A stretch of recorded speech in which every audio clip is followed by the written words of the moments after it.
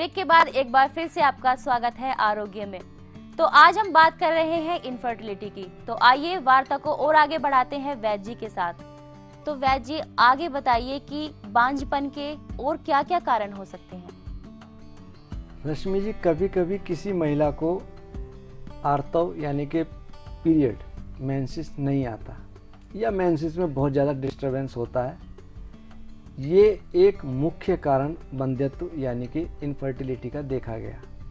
दूसरा, मैं आपको एक प्रयोग बताता हूँ रश्मि जी कि कभी कभी बहुत से कारण हैं जब कंसीव नहीं हो पाता। बीज कमज़ोर हो, अंडा कमज़ोर हो, या हमारा यूट्रस कमज़ोर हो, या सफ़ेद पानी बहुत ज़्यादा पड़ता हो, या पीरियड ठीक ना हो, या अंदर कोई इन्फेक्शन हो। एक आपने सबने देखा होगा ढाक, जिसमें पत्ते में से चाट वगैरह खाते हैं, और एक कहावत भी है ढाक के 3 पात चौथा लगे ना पांचवे की आस। ढाक का एक पत्ता उसको साफ करें और अच्छी तरह उसको छोटे छोटे टुकड़ों में काट करके या मसल करके 100 ग्राम गाय का दूध और 100 ग्राम उसमें पानी लें। उसको मंद आंच पे पकाएं और पकाते पकाते जब पानी की मात्रा उड़ जाए उसको छान के मिश्री मिला करके स्त्री को सेवन करना चाहिए। यह प्रयोग मैंने बहुत लोगों पे करवाया और जिनके बच्चे कंसीव नहीं कर पाते थे, गर्भ नहीं रह पाता था, उनके लिए यह नुस्खा अचूक है। और बहुत सी महिलाओं को गर्भ रहने के बाद बार बार गर्भस्राव भी हो जाता है, उनके लिए यह नुस्खा और भी आगे अच्छा है कि जब कंसीव कर जाए तो पहले महीने में 1 पत्र, दूसरे महीने में 2 पत्र, तीसरे महीने में 3 पत्र, इनको इसी तरह 9वें महीने तक हम 1-1 पत्र बढ़ाएं और इसको दूध में मिलाकर उबालकर छानकर सेवन करें। तो मैं आपसे ये कह सकता हूँ कि इस छोटे से प्रयोग से जिनको गर्भ नहीं रुकता, जिनको गर्भपात बार बार होता है, उनके लिए ये अमृत तुल्य है। तो वैद्य जी ये तो हुई हमारी इनफर्टिलिटी की शारीरिक कारण, लेकिन आजकल हम समाज में देखते हैं जो भौतिक चीजें हैं जैसे धूम्रपान है या अल्कोहल का यूज है, तो क्या उसके कारण भी इनफर्टिलिटी की संभावनाएं बढ़ जाती हैं? आजकल समाज में जंक फूड का प्रचलन बहुत चला है और सिगरेट शराब का भी प्रचलन काफ़ी चला है। और हम ये देख रहे हैं कि पहले कहावत थी कि आदमी और घोड़ा कभी बूढ़े नहीं होते, लेकिन अब ये स्थिति चेंज हो गई। अब आदमी हो या औरत हो, दोनों में थकावट बहुत ज़्यादा हो गई, चेहरे पे ग्लो नहीं रहा, और इन चीज़ों के प्रयोग के कारण शरीर के उनके जितने भी ऑर्गन्स हैं सब वीक पड़ रहे हैं और ये समस्या धीरे धीरे इसीलिए बढ़ रही है। वैद्य ये तो हमने बात की उसके कारणों की, इनफर्टिलिटी के क्या कारण होते हैं, लेकिन हमने देखा है कि कुछ लोग बाद में इनफर्टिलिटी के शिकार हो जाते हैं, लेकिन कुछ पैदाइशी होते हैं। तो क्या दोनों का इलाज संभव है? जिनका पैदाइशी दिक्कत है तो मैं तो ये दुख के साथ कहूँगा चांसेस उनके थोड़े कम हैं, लेकिन दूसरा किसी कारणवश ये दिक्कत आ जाए तो उनकी समस्या का निश्चित रूप से समाधान है। और आपको मैं एक बात और कहूँगा, बहुत सी महिलाओं का खास तौर से यूट्रस कमज़ोर होता है, प्रोलैप्स भी कर जाता है और श्वेत प्रदर की शिकायत भी बहुत होती है। उनको ये दिक्कत जल्दी क्लिक करती है। उनके लिए एक छोटा सा प्रयोग बताता हूँ। आप 5 बूंद पपीते के रस की पपीते का दूध केला मिला के सेवन करें तो ये काफ़ी हद तक समस्या दूर होगी। और गर्भ पुष्टि करने के लिए, यूट्रस को स्ट्रॉन्ग करने के लिए एक छोटा सा प्रयोग और बताता हूँ। तुम्बी तिक्त बीज सो लीजिए, तुम्बी माने तोरी, कड़वी तोरी के बीज ले लो। माजू फल पीपल दुनि दीजिए, माजू फल और पीपली इससे दुगनी लो। महादाक पुनि ले जवखारा, महादाक मानी के बड़ी मुनक्का बड़ी दाक, और जवखार जौ का खार ले। पीसे थोड़ी दूध बिच सारा, दूध में मिलाकर उसको खूब अच्छी तरह हम पीसे। दृढ़ वर्ती के ले ही लगाई, योनि मोही सो तही रखाई, उसकी छोटी छोटी बर्ती बनाएं और उसको अगर हम योनि में रखें 3 दिवस लो अन्य करनी बंध्या दोष खटकी हरणी, बंध्यत्व दोष दूर होगा और उसका यूट्रस मजबूत होगा, उसको पीरियड्स खुल के आएंगे और ये छोटी मोटी दिक्कत इस प्रयोग से दूर होगी। जैसा कि दोस्तों वैद्य जी ने आज हमें घरेलू उपाय भी बताए हैं, तो अगर आप भी उससे कुछ जानकारी हासिल करना चाहते हैं या सीधे बात करना चाहते हैं हमारे वैद्य जी से, तो वैद्य जी के नंबर हमारे कार्यक्रम के दौरान फ्लैश हो रहे हैं, आप उनसे सीधे बात कर सकते हैं। वैद्य जी, इसी के दौरान एक आपकी पेशेंट है जो हमसे अपने अनुभव शेयर करना चाहती है, तो आइए उनसे मिलते हैं। मेरा नाम शशिकला है, मैं एक टीचर हूँ। राम राय जींद ज़िले में रहते हैं हम, जींद में। तो मेरे 1.5 साल से ये कैंसर की बीमारी थी। शशिकला हेड टीचर, मेरे प्राइमरी स्कूल में हेड टीचर हैं। उनको जैसे ही कैंसर का पता चला, उन्होंने जीने की आस तो छोड़ ही दी, साथ में नौकरी से रिज़ाइन भी लिखने का उनका मेरे पास प्रार्थना पत्र आया। मैंने हिसार जिंदल हॉस्पिटल में भी इलाज कराया और जींद में यहाँ डॉक्टर नरेश के एक डॉक्टर मीनाक्षी जैन है, उनके भी, डॉक्टर खरब के भी, कहीं भी पता नहीं चला कि भाई क्या बीमारी है। सब अपनी अपनी दवाई दिया करते थे, लेकिन फ़र्क कुछ नहीं होता। जब दवाई लेते थोड़ा फ़र्क दर्द में इसमें हो जाता, फिर वैसे ही।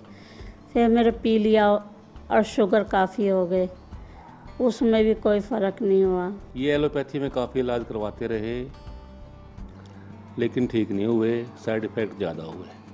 तो वो क्या लगे कीमोथेरेपी होएगी, वो कोबरा सांप के टीके लगेंगे, वो मैंने लगवाए नहीं कि भाई उससे ज़्यादा खतरा भी बता दिया कि भाई 50 साल के बाद सेट भी हो जाते हैं, नहीं भी होते।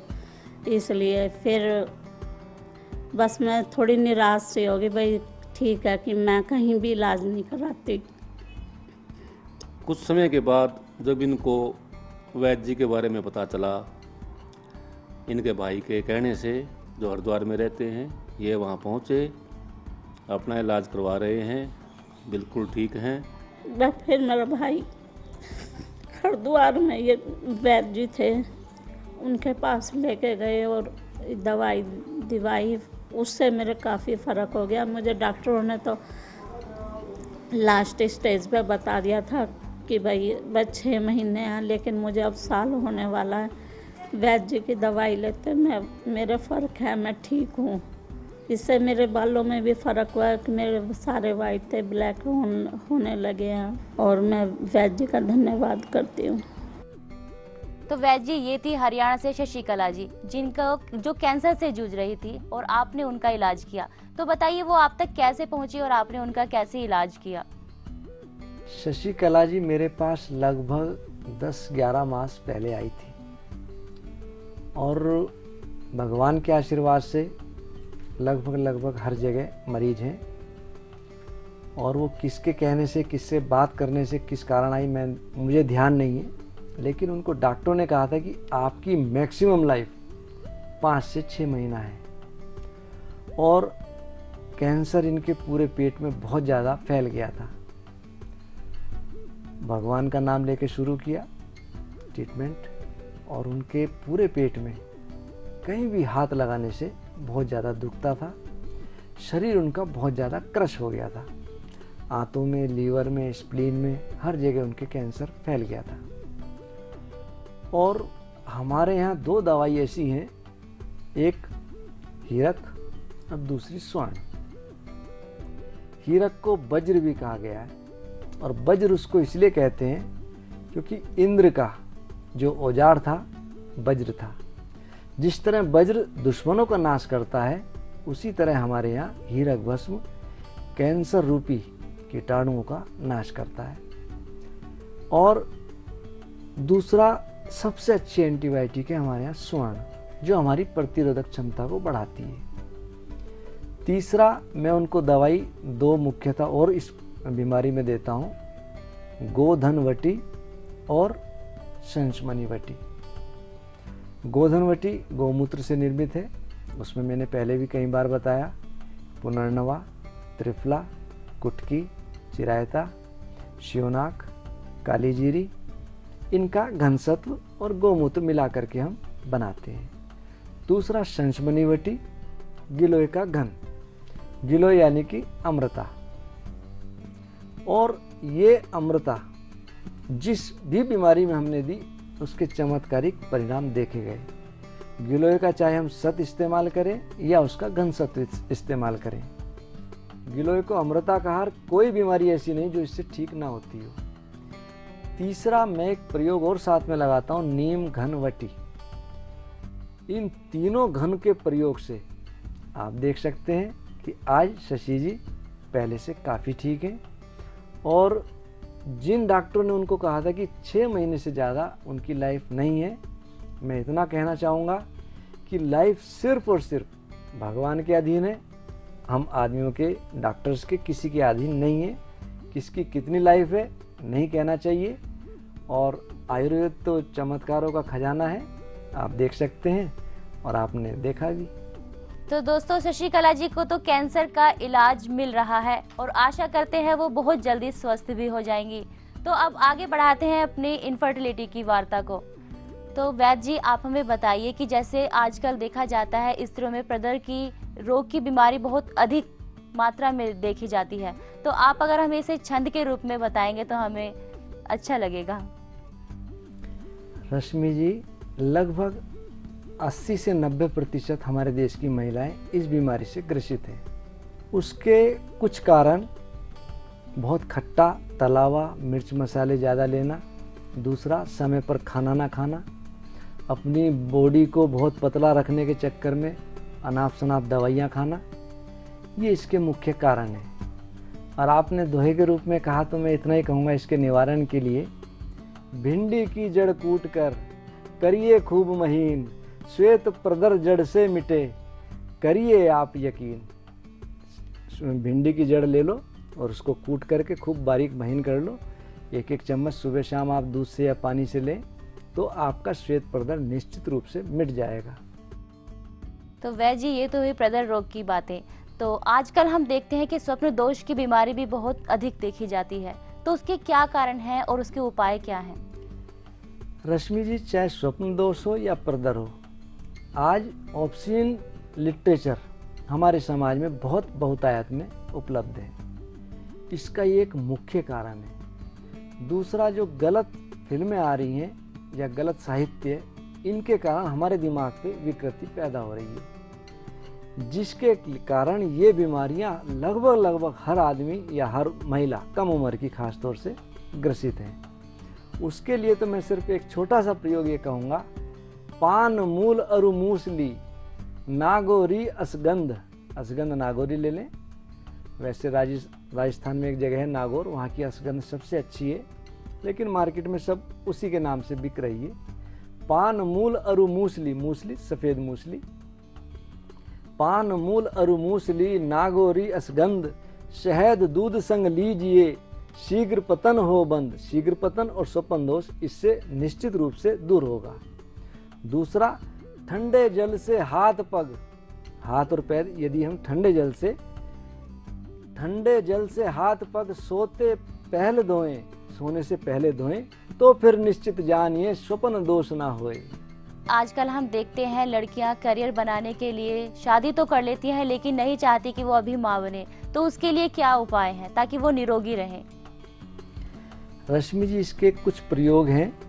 जैसे आपने देखा होगा सफ़ेद रत्ती, जिसे एक लाल रत्ती होती है जिसको लड़ाई की जड़ भी कहा जाता है। लोग पहले घरों में डाल देते थे, लड़ाई होती थी या नहीं होती थी, लेकिन ऐसा मानते थे कि ये लड़ाई का कारण है।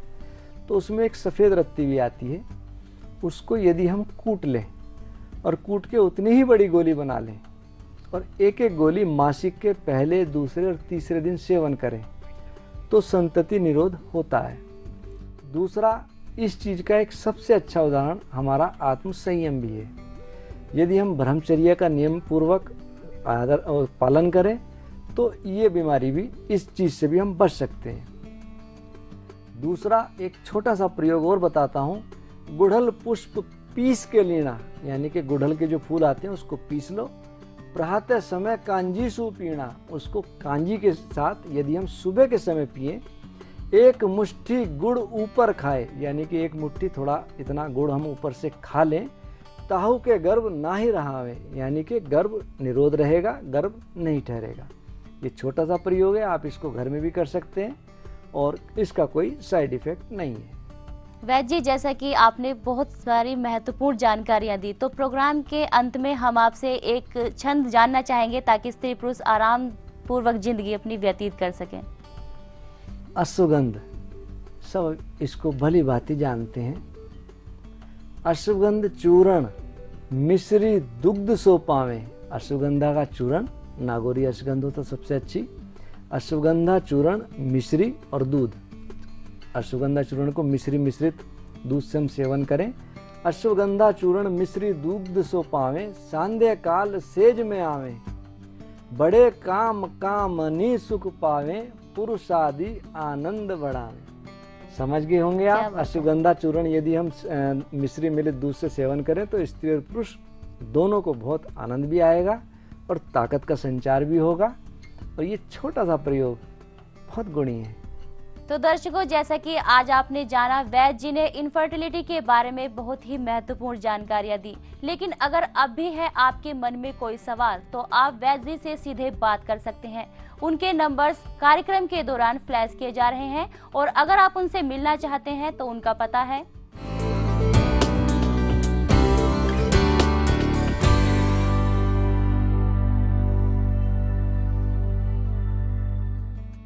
तो दर्शकों, आरोग्य में अब समय हो चुका है विदा लेने का। हम आगे भी ऐसी ही महत्वपूर्ण जानकारियां लेकर आपके सामने प्रस्तुत होते रहेंगे। तब तक के लिए दीजिए हमें इजाजत। नमस्कार। नमस्कार।